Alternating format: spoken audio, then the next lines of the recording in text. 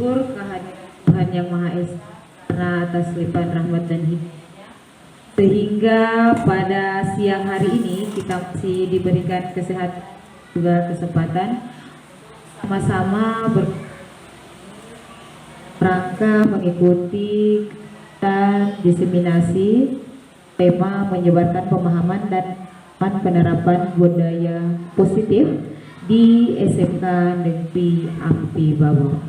Yang terhormat Ibu Kepala Sekolah SMKN Ampi Babo, yang dihormati Bapak Ibu Guru beserta dengan TU pada hari ini berkesempatan hadir, terima kasih. Serta salam tak putus-putusnya marilah turunkan kepada junjungan kita Nabi besar Muhammad Sallallahu Alaihi Wasallam. Baiklah, untuk mempersingkat waktu, saya persilakan kepada Ibu Suprihatin Murawan, SPD MSI, untuk memaparkan.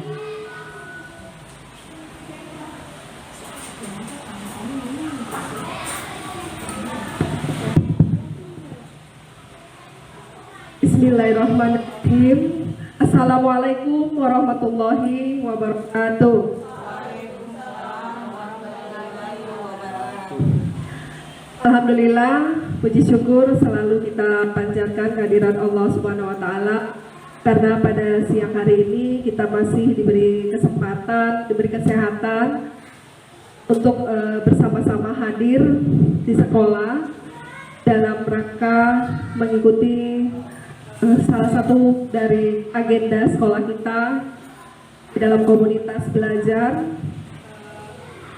yang pada hari ini kami akan memberikan diseminasi ataupun sosialisasi dari kegiatan pembelajaran pendidikan di pendidikan guru penggerak angkatan 9. Tak lupa pula salawat dan salam semoga tercurah selalu kepada junjungan kita Nabi besar Muhammad Sallallahu Alaihi Wasallam, pada keluarga dan sahabat, dan insya Allah sampai kepada umatnya hingga akhir zaman.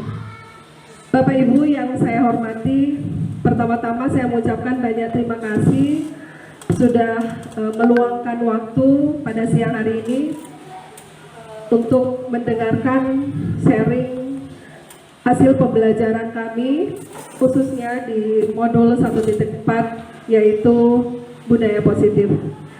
Kegiatan ini merupakan salah satu dari beberapa alur kegiatan di pendidikan guru penggerak, di mana alur ini adalah alur terakhir di dalam alur merdeka untuk pembelajaran paket modul 1, yaitu aksi nyata budaya positif. Baiklah Bapak Ibu, saya akan menampilkan slide yang berikutnya. Ada beberapa konsep inti yang dipelajari di modul ini, yaitu yang pertama adalah perubahan paradigma belajar, kemudian motivasi perilaku manusia, disiplin positif, kemudian nilai-nilai kebajikan, kebutuhan dasar manusia, kemudian posisi kontrol guru, keyakinan kelas, dan segitiga restitusi. Ini adalah materi-materi inti di dalam pembelajaran modul 1.4. Nah, kita memulai dulu untuk poin 1, yaitu bagaimana perubahan paradigma. Saya ingin membagikan kertas, silakan Ibu Ami mungkin bisa dibagikan kertasnya.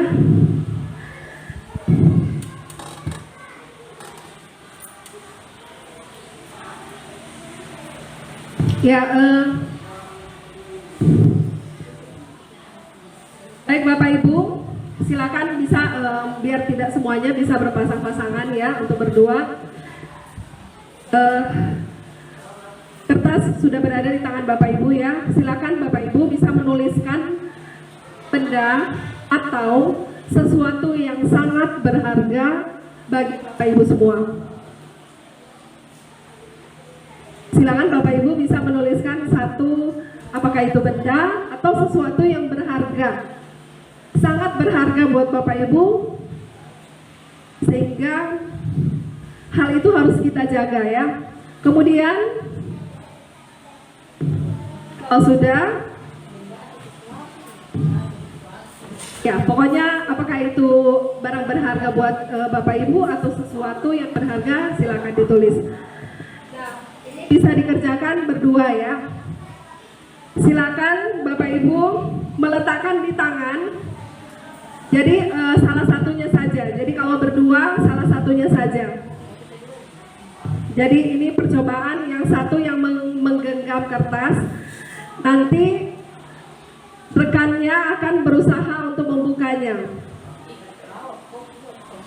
Ya, coba setelah menulis, kemudian disimpan di dalam kepalan tangan, kemudian ditutup ya, seperti ini. Jadi sini ada contoh Bapak Ibu, ini ya, ada kepalan tangan sebelah kiri atas. Ya, silakan. Kemudian teman Anda akan mencoba dengan sekuat tenaga dan berbagai cara untuk meminta Anda memberi benda tersebut. Silakan. Jadi kalau misalnya Bu Ami dengan Bu Daya, silakan salah satunya bisa berusaha meraih apa yang ada di dalam itu. Ini sesuatu yang berharga ya Bapak Ibu. Bisa kita praktekkan. Sesuatu yang sangat berharga. Ya. Saya kalau benda atau sesuatu yang sangat berharga itu pasti saya akan pertahankan, karena itu adalah harga diri saya. Tidak mungkin saya akan memberikan dengan mudah ya kepada orang lain. Bagaimana Bapak Ibu? Apakah sudah berhasil tanpa bujuk rayu? Oke. Ya. Sebenarnya permainan ini atau ini adalah sebuah ilustrasi bahwa yang mengontrol diri kita sebenarnya adalah diri kita sendiri ya. Yang mengontrol diri kita adalah diri kita sendiri. Apakah kita mau dibujuk, diancam, dihardik, dirayu, bahkan dijanjikan sesuatu? Kalau itu adalah sesuatu yang berharga, kita akan tetap pertahankan. Karena yang mengontrol diri kita adalah diri kita sendiri. Nah, jadi seperti itu ya Bapak Ibu. Selanjutnya, ini yang perlu kita lihat, ada miskonsepsi. Di sini sebenarnya ada teori kontrol ya, teori kontrol. Di sini ada beberapa poin. Selama ini kan kita menganggap bahwa kita bisa mengontrol murid, bahwa guru bisa mengontrol murid. Kemudian yang kedua, bahwa semua penguatan yang positif itu efektif dan bermanfaat. Kemudian ada ilusi bahwa kritik dan membuat rasa bersalah itu mampu menguatkan karakter. Sebenarnya ilusi itu apa Bapak Ibu? Pak Yasin, apa itu ilusi?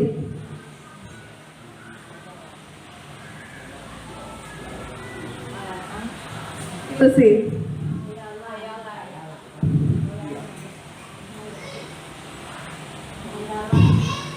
Sudah terjadi atau belum? Belum terjadi. Ya. Berarti kan selama ini guru seakan-akan kita seperti sudah bisa mengontrol murid kan, tapi sebenarnya tidak seperti itu hanya ilusi kita. Kita sering memerintah, kita sering marah, kita sering mengendalikan murid-murid kita, tetapi kan sebenarnya itu hanya ilusi bahwa sebenarnya kita sudah mengontrol murid, padahal tidak seperti itu. Kemudian yang berikut, bahwa ketika kita membuat seorang murid itu merasa bersalah, apakah itu bisa membuat atau menguatkan karakter mereka?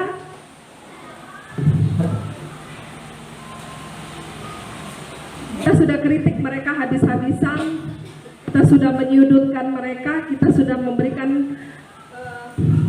membuat mereka merasa bersalah. Apakah itu bisa menguatkan karakter mereka? Dan ilusi dan yang berikutnya adalah kita sebagai orang dewasa, apakah memang berhak untuk memaksa? Ini miskonsepsi yang selama ini sudah terjadi sebenarnya di dalam kehidupan pendidikan kita. Nah, sekarang ada teori kontrol, ya. Jadi ada teori kontrol yang menepis semua anggapan-anggapan ini, dan teori kontrol ini adalah merupakan teori berdasarkan hasil riset. Ya.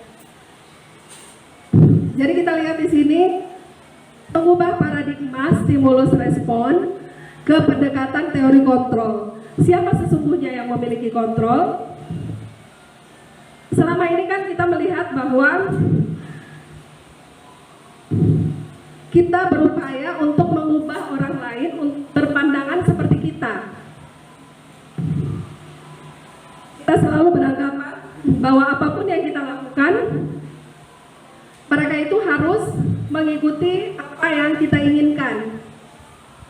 Ya, jadi seperti itu. Kemudian jika ada anak-anak atau peserta didik yang berperilaku buruk, kita akan menilai itu sebagai sebuah kesalahan. Ya. Nah, kemudian yang berikut, saya bisa mengontrol orang lain. Nah, ada lagi. Ketika bujukan yang kita lakukan itu gagal, maka kita melakukannya dengan pemaksaan. Kita sudah kehabisan daya upaya membujuk dengan berbagai bahasa, karena sudah tidak berhasil, akhirnya kita sudah memaksa. Nah, ini adalah stimulus respon, ya. Kemudian dalam stimulus respon juga memikirkan, model berpikirnya adalah menang kalah, ya, menang kalah. Jadi seperti itu Bapak Ibu.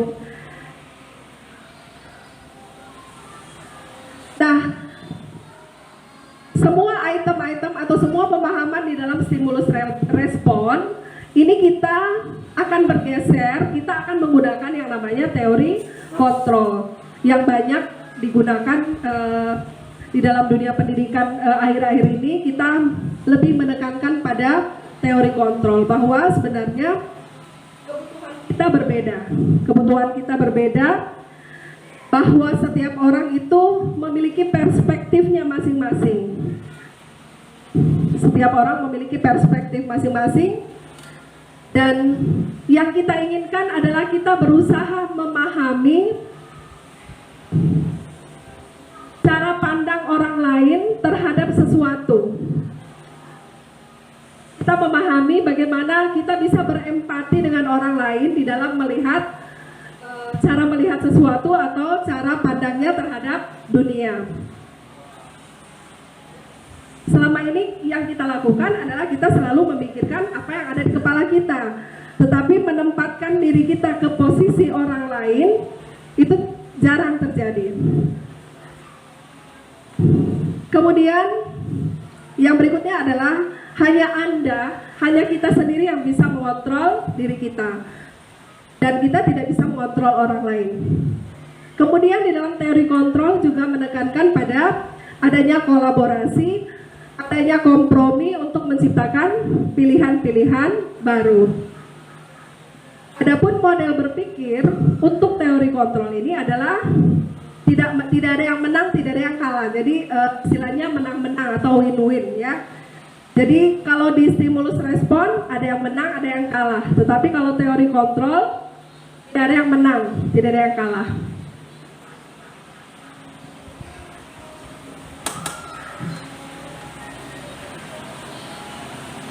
Jadi seperti itu ya Bapak Ibu, kita tidak boleh memaksakan apa yang kita inginkan kepada orang lain.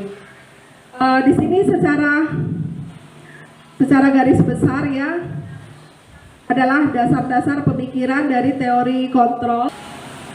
Jadi seperti itu choice teori, bahwa kita tidak bisa mengontrol orang lain. Yang bisa kita lakukan ya kita hanya bisa mengontrol diri kita sendiri.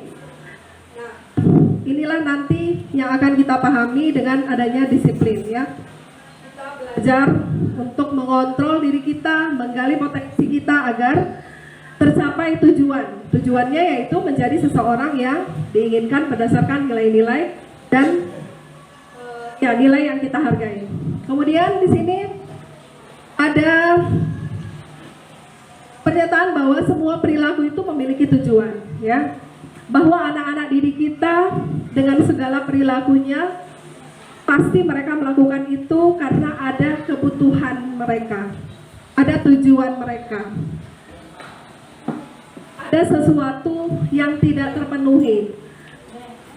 Nah, ini kemudian lahir teori motivasi. Jadi motivasi itu yang kita kenal ada 3, yaitu untuk menghindari hukuman. Misalnya anak-anak yang terlambat ya, misalnya anak-anak yang terlambat kemudian kita hukum, misalnya keliling lapangan, biasa seperti itu ya. Jadinya anak-anak yang datang pagi itu takut datang terlambat karena takut dihukum. Berarti ada faktor dari luar, karena takut dihukum makanya dia harus datang pagi. Atau pokoknya saya harus datang pagi biar dipuji sama Bu Tri misalnya, atau dipuji sama kepala sekolah misalnya. Nah itu juga karena ingin mendapatkan imbalan atau sesuatu.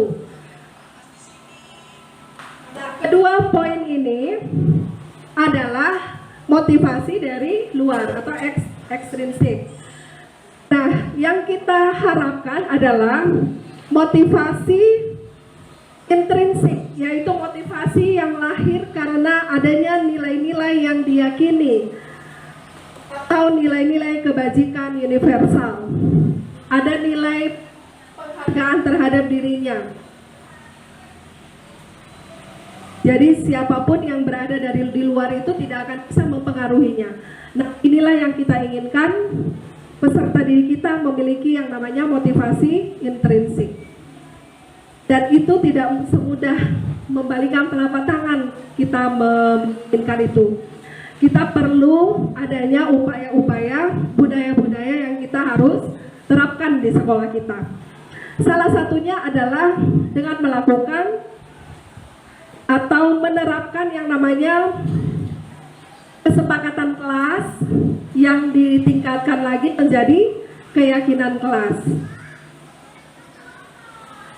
Ya, seperti itu. Kemudian yang berikut adalah dasar dari teori kontrol adalah model berpikir menang-menang, ya, tadi, kemudian kolaborasi dan konsensus untuk menciptakan pilihan-pilihan baru. Nah, di sini ada 5 posisi kontrol. 5 posisi kontrol sebagai seorang pendidik. Ada posisi kontrol sebagai penghukum, kemudian pembuat rasa bersalah. Ada posisi kontrol sebagai teman, sebagai pemantau, dan yang terakhir adalah posisi sebagai manajer. Nah, selain itu juga di dalam bagaimana kita menciptakan disiplin positif, salah satunya juga adalah dengan menerapkan yang namanya segitiga restitusi. Dengan tahapan-tahapannya, yaitu yang pertama adalah menstabilkan identitas, kemudian validasi kebutuhan, kita menanyakan keyakinan. Nah, ini adalah tahapan-tahapan perlu kita ketahui di dalam menerapkan disiplin restitusi.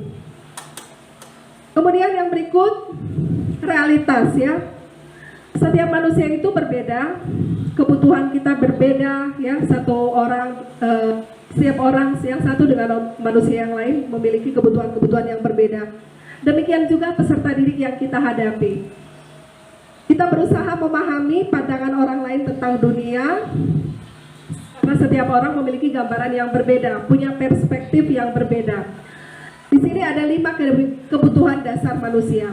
Yang pertama adalah kebutuhan untuk survive, untuk bertahan hidup, kemudian untuk penguasaan, kemudian kasih sayang dan rasa diterima, kemudian kesenangan dan kebebasan. Ini adalah 5 kebutuhan dasar manusia. Ketika ada salah satu kebutuhan dasar yang tidak terpenuhi, itulah yang menyebabkan terjadinya penyimpangan-penyimpangan perilaku atau yang kita biasa sebut dengan disiplin. Jadi tidak disiplin karena salah satu dari kebutuhan ini mungkin saja tidak terpenuhi. Apa itu disiplin positif? Disiplin itu pada dasarnya berasal dari kata disiplin. Disiplina ya, artinya belajar. Nah, disiplin ini mengacu pada disiplin diri yang memiliki tanggung jawab terhadap apa yang dilakukan berdasarkan nilai-nilai yang diyakini. Kalau Bapak Ibu kira-kira mendengar kata disiplin, apa yang terlintas di dalam pikirannya? Kita sering menyebutkan disiplin, tetapi ternyata kita belum memahami seperti apa yang dimaksud dengan disiplin. Inilah pengertian dari disiplin itu ya. Disiplin itu adalah salah satu cara. Disiplin positif adalah merupakan salah satu cara yang dilakukan yang bertujuan untuk menumbuhkan kesadaran serta memberdayakan peserta didik tanpa imbalan atau reward, juga tanpa ancaman atau hukuman. Ya, jadi mulai saat ini mungkin kita sudah mulai bergeser ya dari paradigma stimulus respon ke teori choice teori atau teori kontrol. Perlahan-lahan kalau kita masih sering menghukum, kita mengubah perspektif kita, sikap kita di dalam bagaimana penerapan disiplin itu. Kemudian yang berikut, tujuan kita sebagai pendidik adalah bagaimana menciptakan peserta didik yang memiliki disiplin diri, memiliki motivasi di dalam diri mereka sendiri, karena ada nilai-nilai kebajikan universal yang dia yakini. Jadi seperti itu. Kemudian selanjutnya, nah, di sini. Atau mungkin ada yang ingin ditanyakan Bapak Ibu sebelum dilanjutkan?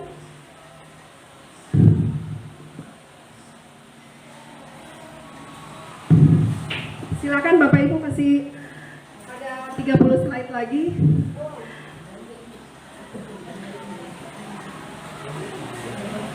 Ya, kita lihat di sini ya Bapak Ibu, ada nilai-nilai kebajikan. Kita sering mendengar nilai-nilai kebajikan. Nih, atau mungkin ada yang ingin ditanyakan Bapak Ibu sebelum dilanjutkan?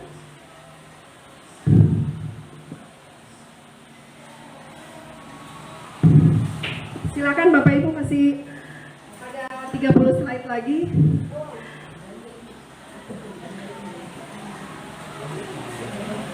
Ya, kita lihat di sini ya Bapak Ibu, ada nilai-nilai kebajikan. Kita sering mendengar nilai-nilai kebajikan.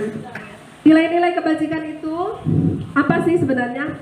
Yaitu nilai-nilai yang disepakati bersama, ya, nilai-nilai namanya universal, berarti lintas agama, lintas suku bangsa, bahasa maupun latar belakangnya. Banyak sekali Bapak Ibu ya dari nilai-nilai kebajikan ini yang kita sudah biasa dengar, yaitu profil pelajar Pancasila adalah sebagian dari banyaknya nilai-nilai kebajikan yang kita anut. Kenapa harus 6 ini? Kenapa hanya ada 6 nilai-nilai kebajikan? Kan banyak sekali. Nah, ini beriman bertakwa, berakhlak mulia, berkebinekaan global, gotong royong, mandiri, kreatif, dan bernalar kritis. Ini sudah dirumuskan dan diputuskan bahwa nilai-nilai inilah yang sesuai dengan kepribadian dan budaya bangsa Indonesia. Kemudian menurut IBO Primary Program, bahwa nilai-nilai kebajikan yang dianut atau yang oleh program ini yaitu toleransi, rasa hormat, integritas, mandiri, menghargai, antusias, empati, keingintahuan, kreativitas, kerjasama, percaya diri, dan komitmen. Kemudian untuk life skill bisa dipercaya, lurus hati, pendengar yang baik, pendengar aktif, tidak merendahkan orang lain, dan memberikan yang terbaik dari diri. Ini yang ditampilkan ini hanyalah sebagian dari begitu banyaknya nilai-nilai kebajikan yang ada. Nah, ketika anak-anak didik kita sudah memiliki nilai-nilai ini, maka dia sudah memiliki disiplin di dalam diri. Karena dia sudah bisa menghargai dirinya sendiri tanpa ada faktor dari luar, faktor ekstrinsik yang harus memandu dia. Dialah yang memandu dirinya sendiri. Itu yang perlu kita bangun di sekolah ini. Nah, selanjutnya ini ada kebutuhan dasar manusia.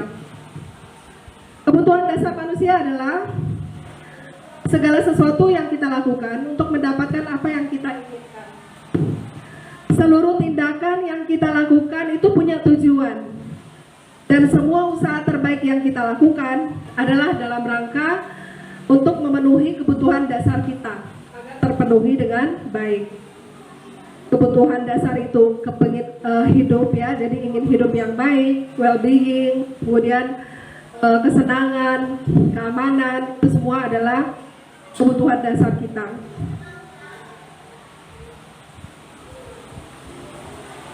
Ya, ini yang tadi ya, bagaimana 5 kebutuhan dasar manusia bertahan hidup. Kalau kita bertahan hidup, tentu ada kebutuhan-kebutuhan yang harus kita penuhi. Kebutuhan pokok, terutama sandang, pangan, dan papan ya. Termasuk juga keamanan, kemudian kesehatan. Kemudian kebutuhan dasar yang berikutnya adalah kasih sayang dan rasa diterima. Rasa diterima, kemudian dipedulikan, berbagi, kerjasama, kemudian menjadi bagian dari kelompok. Nah, kalau penguasaan, apa semua yang ada di sana, yaitu harga diri, keinginan untuk dianggap, memimpin, berprestasi, diakui, didengar. Ya, kemudian yang berikut kebebasan. Mandiri, kemudian memiliki pilihan, ingin mencoba hal-hal baru, mampu mengendalikan arah dirinya. Kemudian yang terakhir, kesenangan. Kita butuh yang namanya bermain, kita butuh humor, ya. Kemudian antusiasme, dan kita butuh juga tertawa. Inilah kebutuhan-kebutuhan bukan hanya kita, peserta didik. Namanya manusia, berarti peserta didik punya kebutuhan-kebutuhan ini. Jadi ketika tidak terpenuhi salah satunya, itulah yang kita lihat dengan tindakan, mungkin dia melakukan kesalahan, berperilaku negatif, yang tidak sesuai, dan sebagainya. Jadi seperti ini. Ini sebagai guru kita harus pahami juga. Sebagai guru, jadi kita bukan hanya mentransfer ilmu saja ya, menjadi fasilitator di kelas, menjadi pemimpin pembelajaran, tetapi yang paling penting secara psikologi kita harus memahami 5 kebutuhan dasar manusia. Agar supaya kita tahu, oh si anak di si A butuh ini, si B butuh ini, dan kita sebagai guru berupaya untuk memenuhi kebutuhan-kebutuhan itu. Ya, di sini kita lihat ada beberapa motivasi perilaku manusia ya. Ya, di sini sudah terbongkar ya PPT-nya. Jadi pada dasarnya seperti ini Bapak Ibu. Ada 3 motivasi yang sudah saya jelaskan di depan ya. 2 poin diantaranya merupakan motivasi ekstrinsik, yaitu pemberian hukuman dan penghargaan. Namun motivasi ini pada dasarnya tidak bertahan lama, ya kan? Memang dia penuhi pada saat itu. Ketika kita suruh kamu harus begini, kita hukum dia karena dia takut dihukum, dia datang. Tapi itu tidak berlangsung lama, tidak permanen. Hanya sesaat saja. Hanya untuk menghindari ketidaknyamanan atau untuk menghindari hukuman. Nah, seperti itu. Atau untuk mendapatkan imbalan atau penghargaan dari orang lain. Itu termasuk juga motivasi ekstrinsik dari luar. Tetapi kalau kita ingin menjadi apa yang dia inginkan, ya, dia menghargai dirinya sendiri dengan nilai-nilai yang dia yakini, dengan nilai-nilai yang dia percaya, maka inilah motivasi internal, ya, motivasi intrinsik. Inilah yang perlu kita upayakan untuk dibangun, ya, pada diri kita. Nah, merdeka ini kita lihat, ya, ada KHD Bapak Kiai Haji Dirgantara. Menurut KHD bahwa merdeka itu bukan hanya terlepas dari perintah, tetapi cakap untuk memerintah diri sendiri, ya. Jadi seperti itu merdeka. Jadi yang ngatur diri kita adalah diri kita sendiri. Orang lain tidak akan berpengaruh. Jadi seperti itu, karena yang memegang kontrol, yang memegang kendali itu adalah diri kita sendiri. Nah, ada 3 poin, ya Bapak Ibu. Hukuman ketika seseorang tidak melakukan, tidak disiplin, maka ada beberapa poin yang bisa kita upayakan. Dari ketiganya ini, satu yang tidak direkomendasikan yaitu hukuman. Kemudian konsekuensi, ada beberapa pengecualian boleh kita lakukan dengan konsekuensi. Kemudian yang berikut adalah dengan melakukan restitusi. Hukuman, ya, jadi bersifat satu arah. Jadi hanya dari gurunya saja, si anak berbuat salah tanpa mengetahui sebab akibatnya, kita langsung hukum tanpa tanya-tanya dulu, langsung lagi dihukum. Tidak minta penjelasan, langsung dengan hukuman. Kalau dengan konsekuensi, berarti itu ada kesepakatan yang kita sepakati. Ya, seperti mungkin kita membuat kesepakatan kelas. Bapak Ibu ada yang sudah membuat kesepakatan belajar? Sudah, ya? Ya. Kesepakatan belajar juga kita perlu tingkatkan ke keyakinan belajar.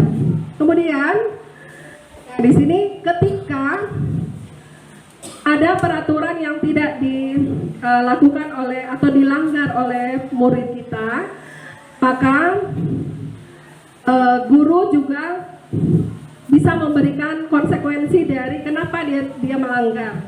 Tetapi itu pun sesuai dengan kesepakatan sebelumnya. Nah, kemudian yang berikut adalah restitusi. Proses menciptakan kondisi bagi murid yang melakukan kesalahan untuk memperbaiki kesalahannya. Kemudian proses kolaboratif yang mengajarkan murid untuk mencari solusi sendiri. Kita ajari anak-anak itu untuk belajar bertanggung jawab, ya. Jadi inilah 3 poin atau 3 upaya yang bisa kita lakukan, ya.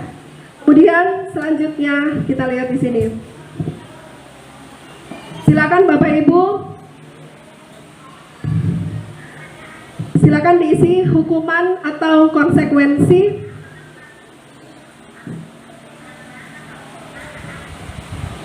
Mencatat 100 kali di dalam buku dengan kalimat, saya tidak akan terlambat lagi karena terlambat ke sekolah. Bisa dicatat, ya, ada berapa pertanyaan di sini? 2, 4, 6, 7. Ya, nomor 1 apa?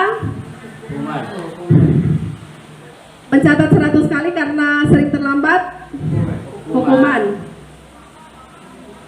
Lari mengelilingi lapangan basket 2 kali karena terlambat hadir di sekolah. Kemudian, murid diminta untuk push up 15 kali karena tidak menggunakan masker ke sekolah. Menggantikan kertas tugas teman yang telah dicoret-coret. Membersihkan tumpahan air di meja tulis karena tersenggol pada saat belajar. Murid disuruh untuk mengenakan sepatu seharian di sekolah karena tidak mengenakan sepatu hitam.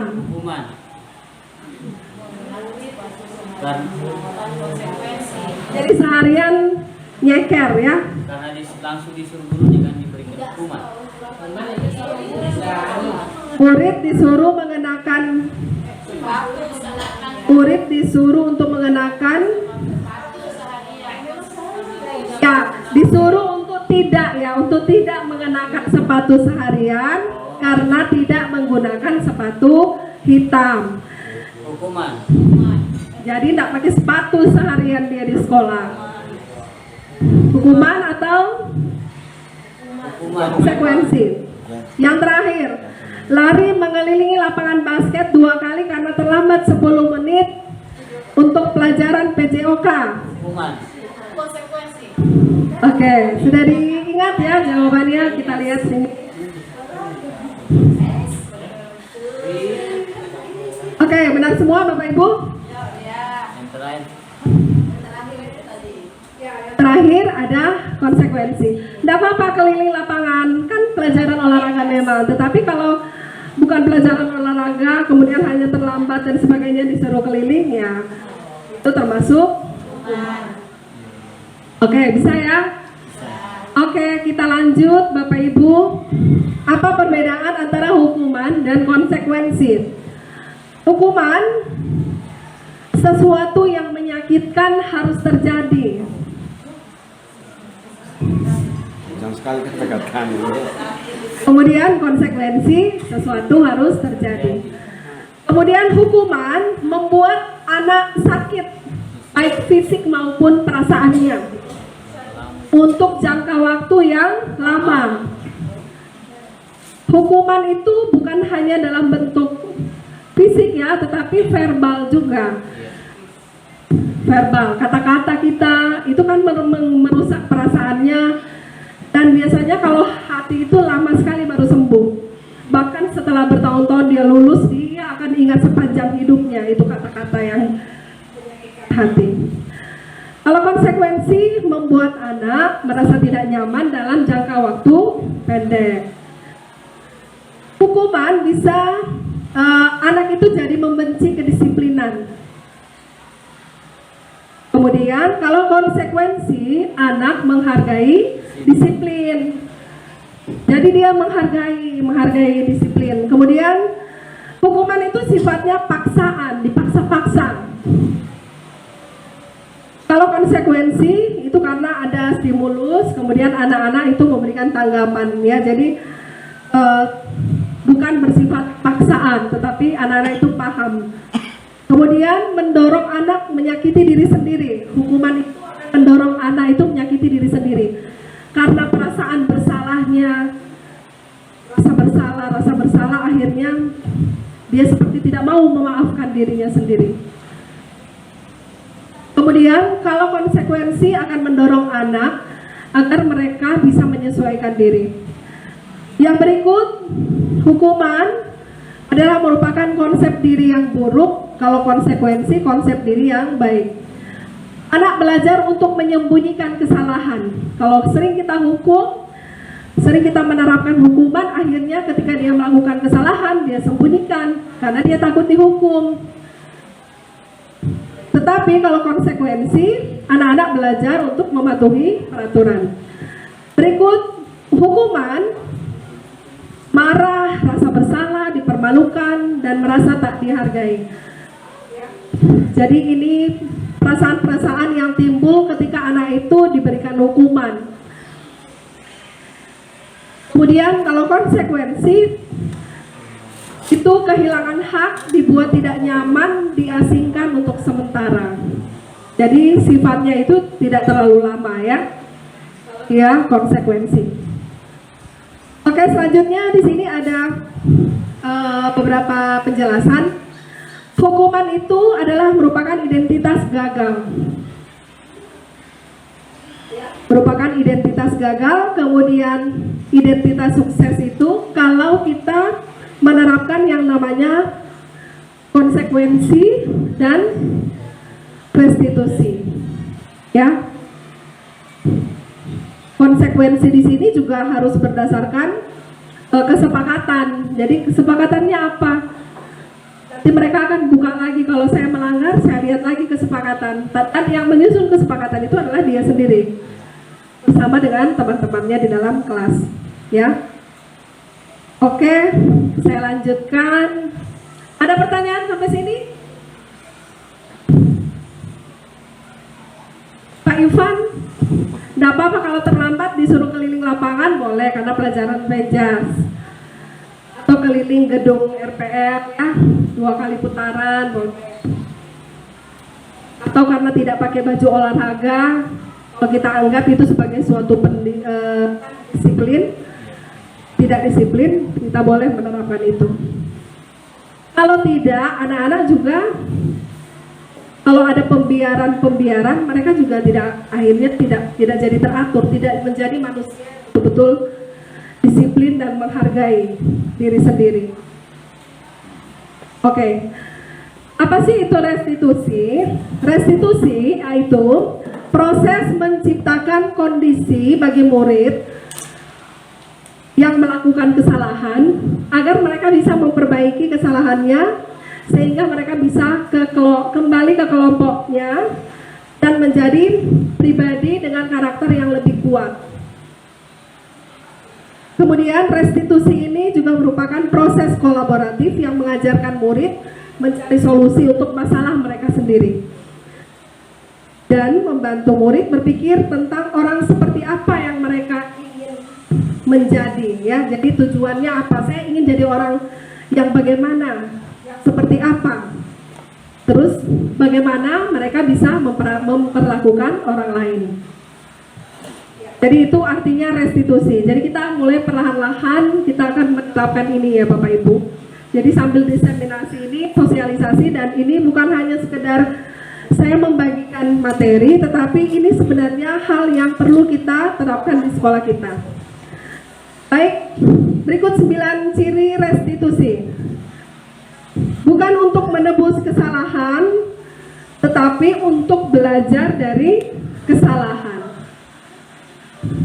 Ya, jadi bukan untuk menebus kesalahan atau mencari-cari kesalahan, kita mengulang-ulang kesalahan kenapa, tetapi bagaimana menyelesaikannya, ya. Kita tidak bertanya kenapa kau lakukan itu, tetapi berilah pertanyaan yang bisa lebih progres ke depan, ya, bisa mencari upaya-upaya penyelesaiannya. Kemudian yang berikut adalah memperbaiki hubungan. Misalkan di dalam ada suatu kasus siswa kita bermasalah, ketika kita menerapkan cara-cara disiplin restitusi, hubungan antara pihak-pihak yang berseteru, si pihak-pihak yang bermasalah itu nanti akan terjalin kembali. Jadi hubungan mereka juga akan baik, ya. Kemudian yang berikut, restitusi itu adalah tawaran, bukan suatu paksaan. Dan restitusi itu menuntun untuk lebih melihat ke dalam dirinya, melihat potensi di dalam dirinya, lebih mengenal dirinya sendiri. Restitusi juga cara yang paling baik. Kemudian restitusi itu kita fokus pada bagaimana perubahan karakternya. Jadi bukan pada tindakan yang dia lakukan, tetapi bagaimana tindakan yang dilakukan itu bisa membuat karakternya itu bisa berubah. Jadi kita lebih fokus ke perubahan karakter, bukan kepada masalah apa atau kesalahan apa yang dia buat. Kemudian yang berikut, restitusi fokus kepada solusi. Ya, fokus kepada solusi. Dan kemudian yang terakhir, restitusi itu diharapkan bisa mengembalikan murid yang berbuat salah untuk kembali kepada kelompoknya. Jadi dia tidak terasing dari kelompoknya, ya, karena berbuat salah, dia tidak dipojokkan, dia masih bisa kembali dengan pribadi yang lebih kuat.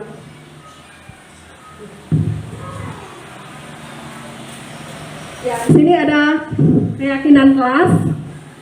Mengapa harus keyakinan kelas? Mengapa bukan peraturan kelas? Ya, kita akan lihat dulu. Di sini. Ini mulainya dari mana kira-kira? Kalau kita lihat gambar ini, sebelum membentuk sebuah budaya positif di SMK Negeri Ampi Babo, berarti kita harus mulai dari dari peraturan kelas. Berarti kayak di sini ada 10 kelas. Kita mulai dulu dengan membuat peraturan-peraturan di kelas masing-masing. Dari peraturan kelas itu nanti akan dinaik menjadi keyakinan kelas. Nilai-nilai kebajikan apa yang dianut oleh kelas itu. Ketika 10 kelas ini sudah benar-benar mentaati ya, mengikuti apa yang menjadi aturan kelasnya, kemudian memiliki sadar akan keyakinan kelas yang sudah dia susun, lama-kelamaan tentu di dalam lingkungan kita akan terjalin suatu lingkungan, akan terbentuk suatu lingkungan yang positif. Nah, di dalam lingkungan positif tentu ada pembiasaan-pembiasaan, karakter-karakter yang positif, sehingga ketika itu berjalan dengan seterusnya secara kontinu menjadi sebuah habit ya, kebiasaan, akan tercipta yang namanya budaya positif. Budaya positif yang kita harapkan dari di sekolah ini bisa terbentuk ya, budaya positif. Silakan Bapak Ibu mengamati gambar berikut, yang mana yang merupakan keyakinan kelas. Di sebelah kiri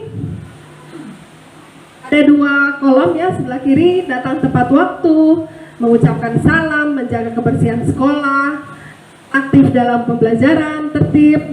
Nah, di sebelah kanan, kami guru dan murid saling menyayangi. Kami murid yang semangat belajar. Kami murid yang peduli dengan teman-teman. Ini banyak sekali, tetapi ini contohnya ya. Silakan Bapak Ibu, yang mana yang disebut dengan keyakinan kelas? Kenapa? Memrai?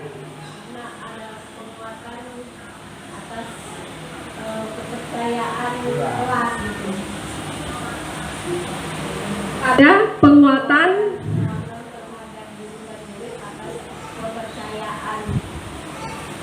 ya, sama misalnya begini ya, pengendara kendaraan bermotor roda 2 wajib menggunakan helm. Supaya apa itu? Supaya selamat ya, supaya lebih aman, selamat. Berarti yang kita inginkan adalah mana atau nilai dari peraturan itu kan, tujuan dari peraturan itu.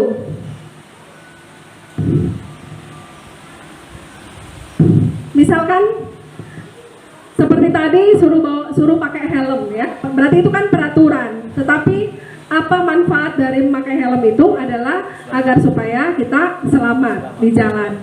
Sama juga halnya dengan ini ya. Ya, jadi seperti itu. Mungkin yang lain ada yang ingin disampaikan? Ada yang ingin menambahkan?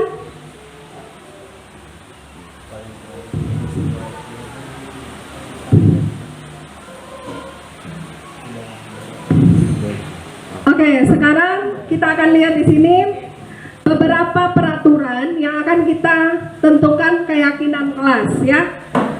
Yang pertama, selalu kembalikan buku ke tempatnya.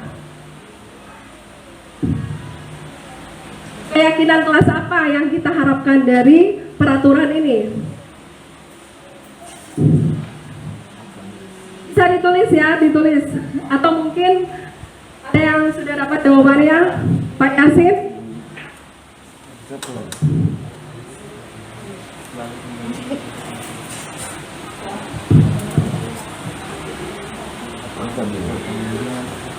Bisa ditulis, nanti kita lihat sebentar seperti apa ya. Atau ada yang sudah dapat?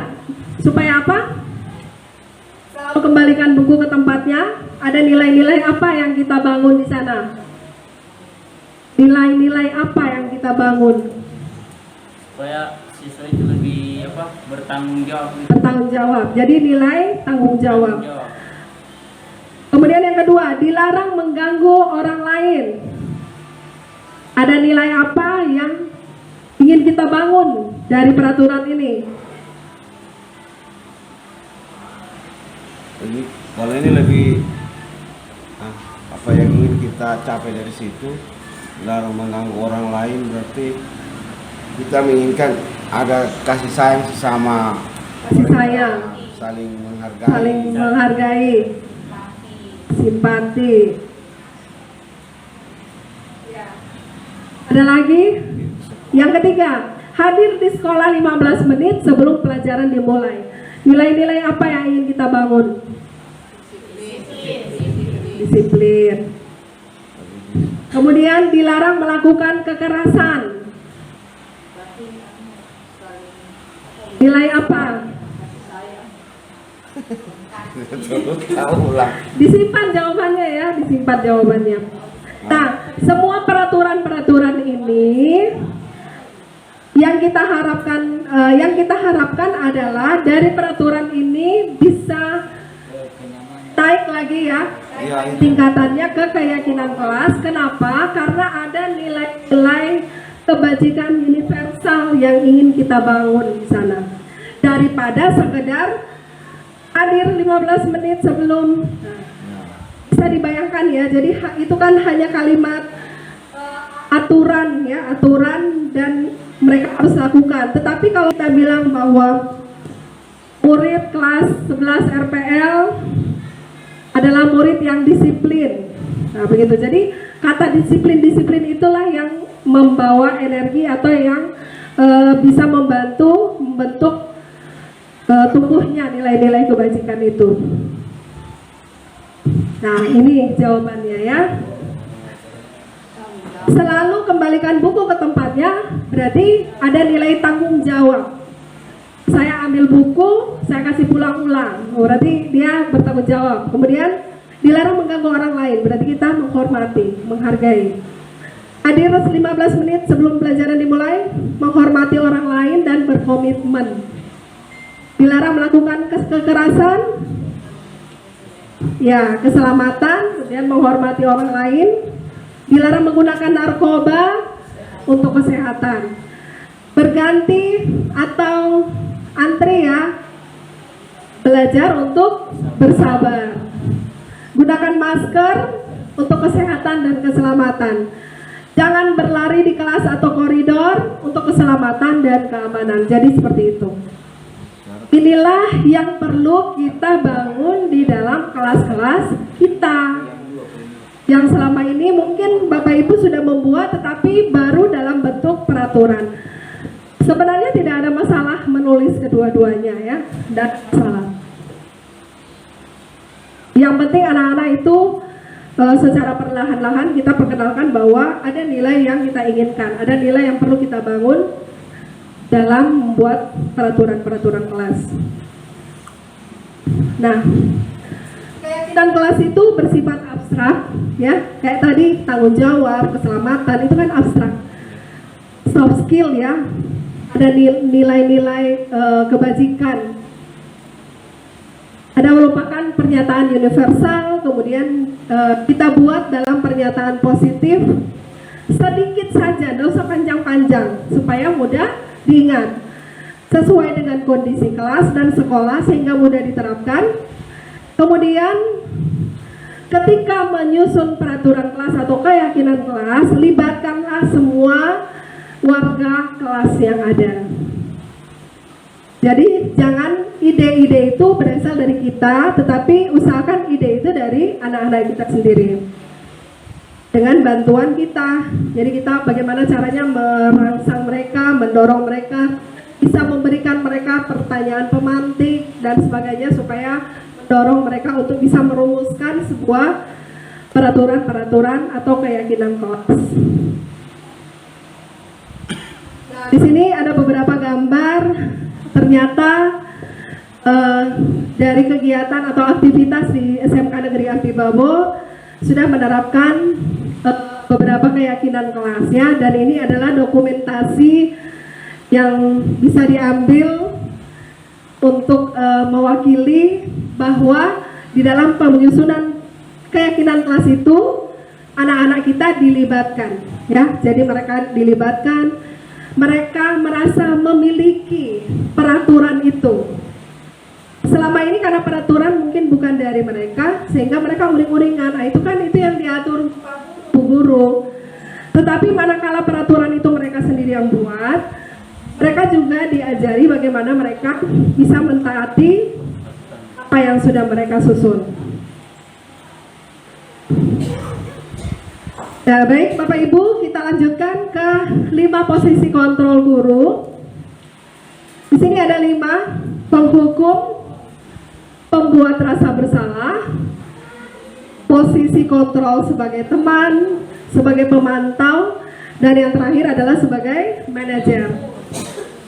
Jadi ini ternyata Bapak Ibu guru, kita semua memiliki 5 posisi kontrol ini ya di dalam penerapan disiplin. Kita akan lihat satu persatu.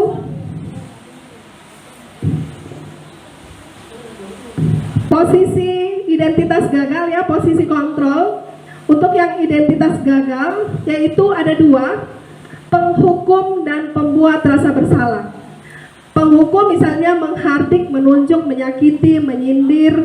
Contoh, kalau kamu tidak melakukannya, awas ya, rasakan akibatnya. Itu ada pengancaman di sana. Jadi itu penghukum. Hasilnya apa? Anak-anak kita akan memberontak ya, memberontak, kemudian menyalahkan orang lain, dan dia akan berbohong supaya karena dia takut dihukum, dia menyembunyikan kebohongannya, dia menyembunyikan kebenarannya karena takut dihukum. Kemudian ikatan dengan dunia berkualitas. Murid meletakkan guru di luar sistem, di luar ya.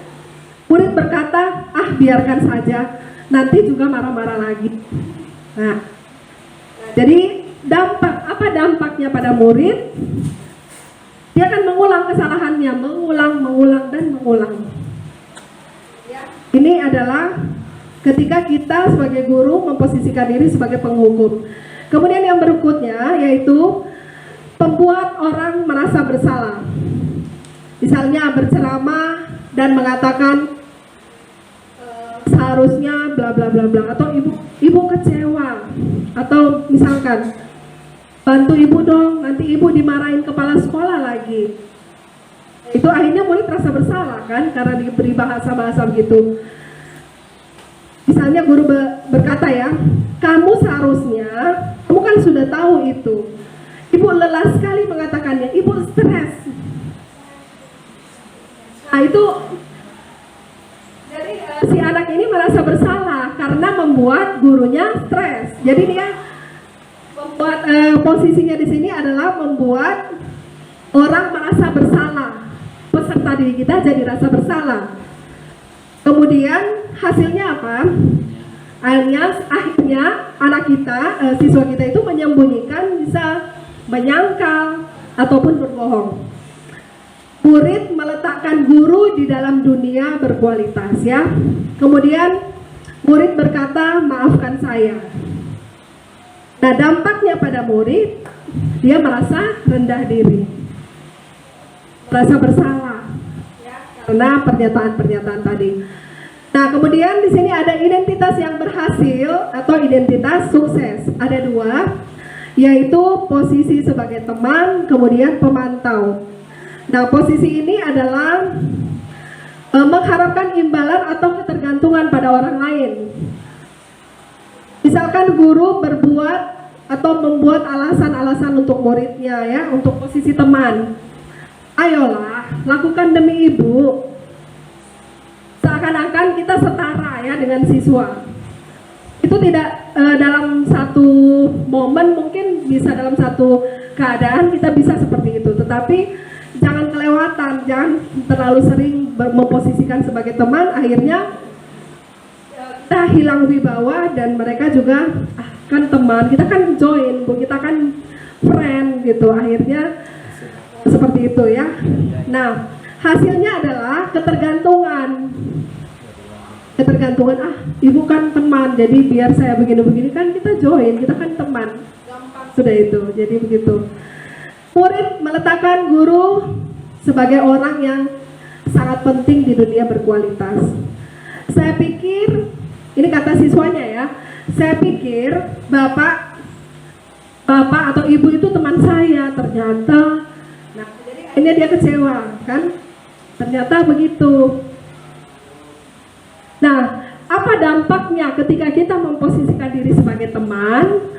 Siswa-siswa kita itu ketergantungan tinggi sama kita, kemudian jadi lemah, kemudian tidak mandiri. Nah, kalau sebagai pemantau, ini ada semacam konsekuensi ya yang harus dilakukan oleh si anak ketika melakukan kesalahan ya. Nah, di sini ketika guru berbuat atau menghitung dan mengukur sesuatu, biasanya guru akan bertanya, kira-kira apa peraturannya? Ya. Jadi menanyakan peraturan. Nah, hasilnya adalah murid bisa menyesuaikan diri, tetapi hanya kalau diawasi saja. Jadi kalau diawasi. Kemudian murid meletakkan guru, peraturan dan hukum di dalam dunia yang berkualitas. Nah, murid di sini akan berkata, berapa banyak bintang yang harus saya peroleh atau berapa halaman yang harus saya tulis.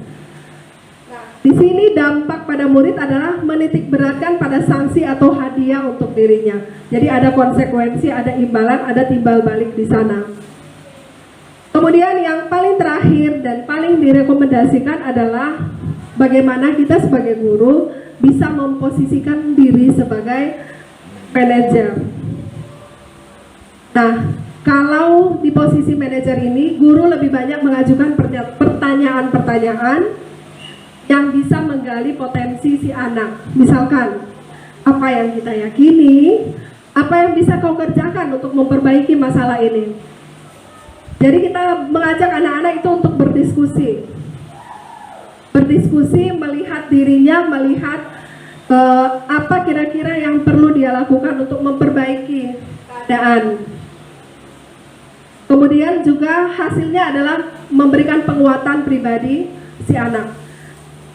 Nah, murid akan berkata, bagaimana caranya saya bisa memperbaiki keadaan.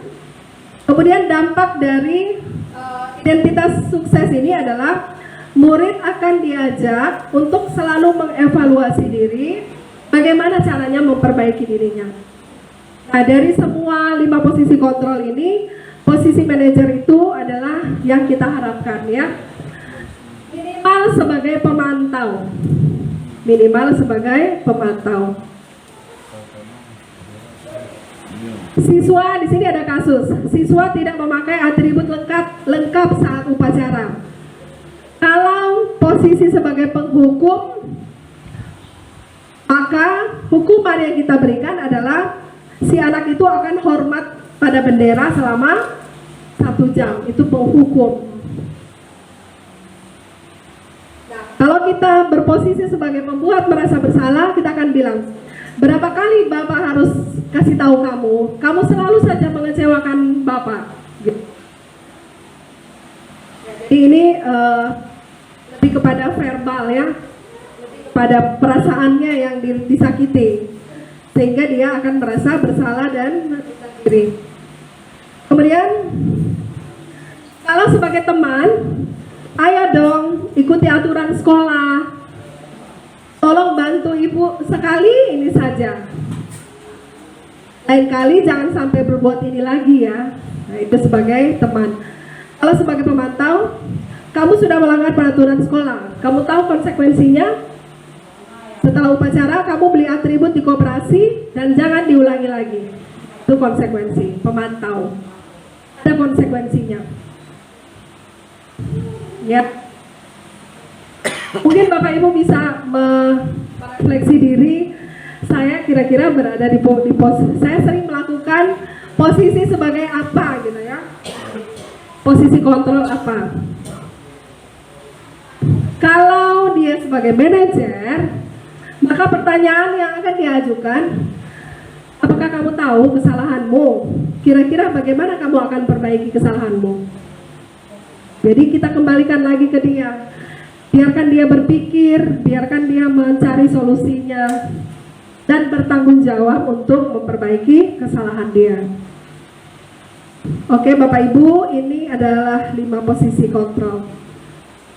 Silakan kita akan latihan. Di sini ada kalimat melihat dari 5 posisi kontrol, kira-kira pernyataan atau pertanyaan ini posisi kontrol apa? Kamu tidak akan mendapat nilai jika tidak mengerjakan tugas. Saya tidak kasih nilai kau kalau kau tidak kerja tugas. Itu posisi apa itu?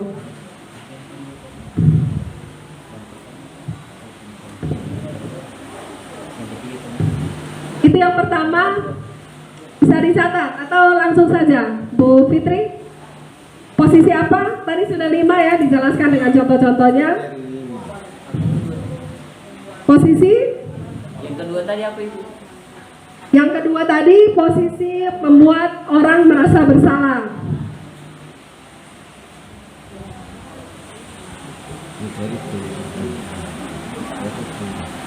Bahasa teman Ibu. Sebagai teman. Yang lain? Oke, saya belum menyebutkan. Ada yang kamu tidak akan mendapat nilai jika tidak mengerjakan tugas. Kita lihat contoh yang kedua. Saya kecewa sekali dengan kamu. Saya kecewa sekali dengan kamu. Membuat rasa bersalah. Ya, membuat rasa bersalah. Kau tidak pernah benar melakukannya.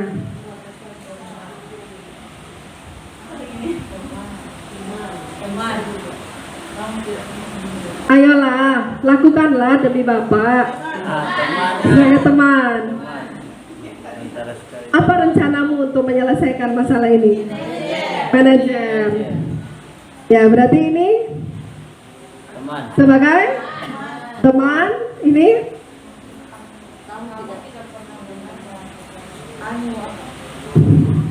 atau ada kalimat yang belum lengkap? Ya, dan seharusnya 5 posisi kontrol ini terwakili dari 5 contoh.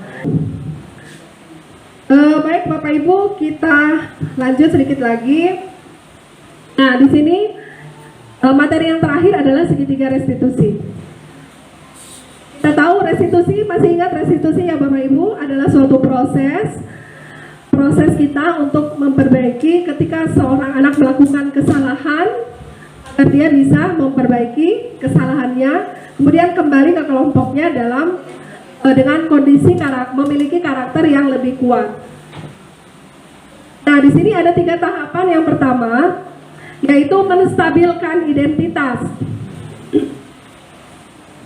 Ya, jadi segitiga restitusi ini adalah merupakan suatu proses dialog yang dijalankan agar guru dapat menghasilkan murid yang mandiri dan bertanggung jawab.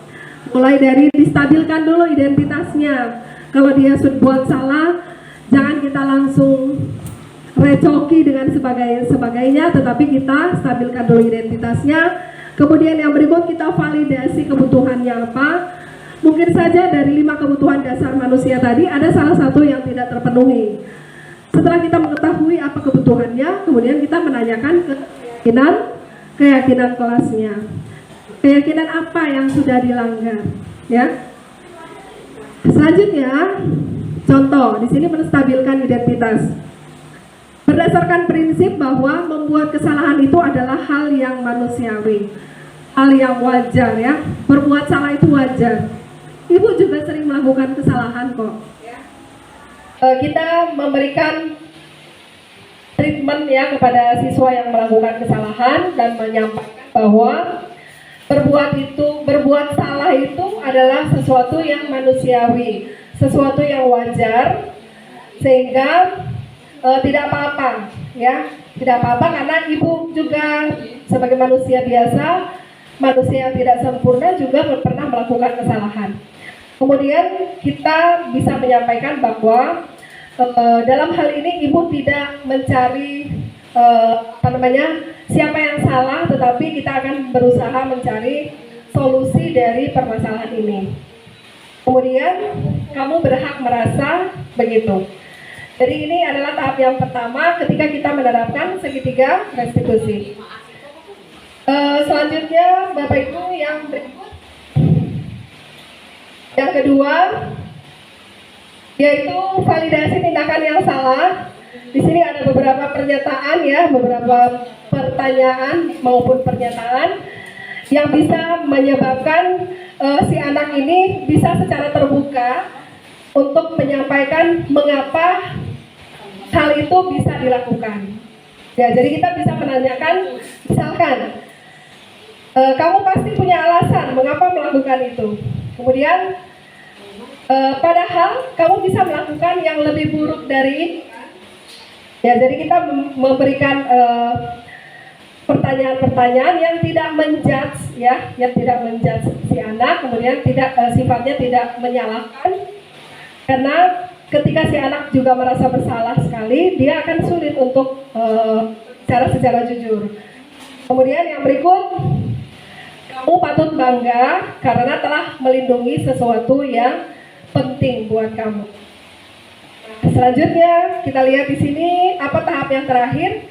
Kita tanyakan keyakinan kelas apa yang sudah dia langgar, ya, nilai-nilai apa yang sudah kita sepakati bersama.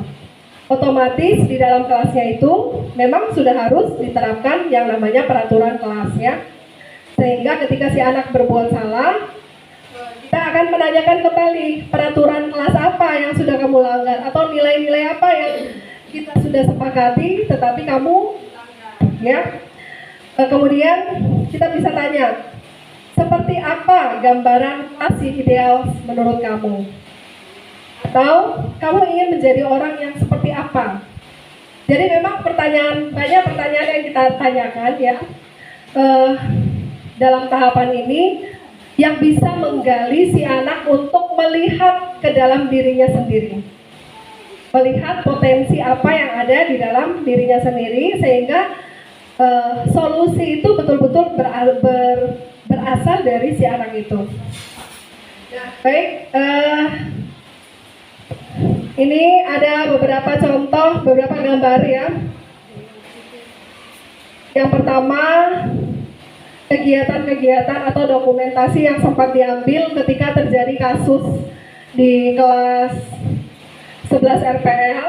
Ada beberapa siswa yang melakukan kesalahan dan kita mencoba untuk mempraktekkan penerapan segitiga restitusi dengan melalui beberapa tahapan, yaitu stabilkan identitas, kemudian validasi tindakan yang salah atau validasi kebutuhan.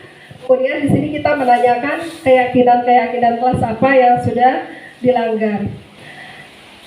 Nah, baik Bapak Ibu, kegiatan sore hari ini sudah selesai. Adakah pertanyaan sampai di sini?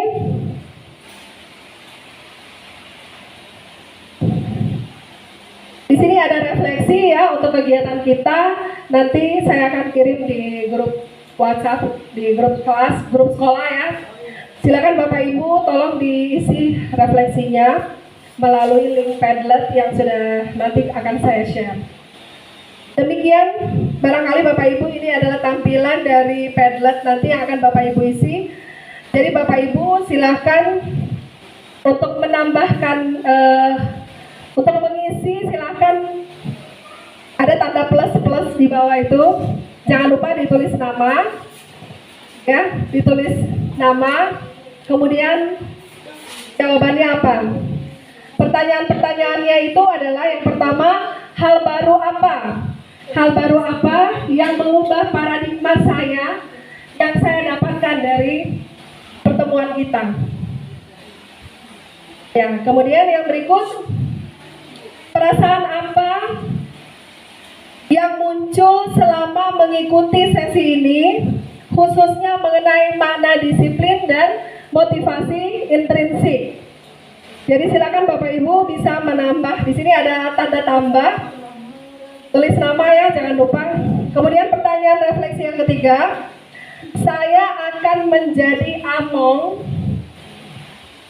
yang seperti apakah setelah mengikuti modul atau pembelajaran siang ini? Ya, jadi seperti itu. Baik, terima kasih Bapak Ibu atas perhatiannya. Kita sudah selesai. Lebih dan kurangnya saya mohon maaf. Semoga apa yang saya sampaikan pada sore siang menjelang sore hari ini, yaitu bagaimana menyebarkan pemahaman tentang pentingnya budaya positif di sekolah. Kemudian bagaimana nanti kita akan menerapkan berdasarkan konsep-konsep yang ada di dalam budaya positif di sekolah. Mulai dari segitiga restitusi, kemudian bagaimana menerapkan budaya positif yang lain, yaitu misalnya kesepakatan kelas yang akan kita terapkan. Demikian dari saya. Terima kasih Bapak Ibu atas waktunya. Jangan lupa refleksinya diisi ya. Demikian dari saya. Wassalamualaikum warahmatullahi wabarakatuh.